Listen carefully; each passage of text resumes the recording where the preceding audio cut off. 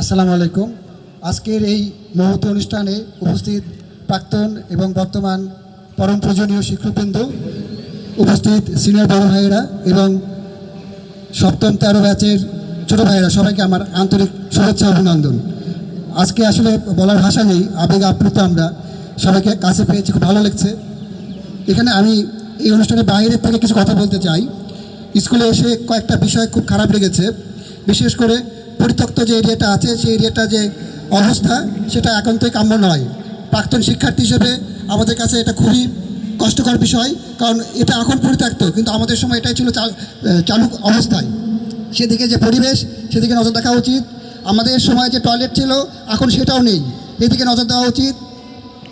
আমাদের সময় যে জলের ব্যবস্থা ছিল, সেই কলটাও খুঁজে পাচ্ছে না স্কুলে এসে। আসলে এইসব পরিবেশের দিকে আমাদের সবাই নজর দেওয়া উচিত, যেন আমাদের ভবিষ্যৎ প্রজন্ম, নতুন প্রজন্ম আরও ভালো পরিবেশের মধ্যে দিয়ে ভালো শিক্ষা নিয়ে সামনের দিকে এগিয়ে যেতে পারে। আমার প্রত্যেকের প্রতি আমার এই আহ্বান। সবাই আমাদের জন্য, সকলের জন্য শুভকামনা। ধন্যবাদ।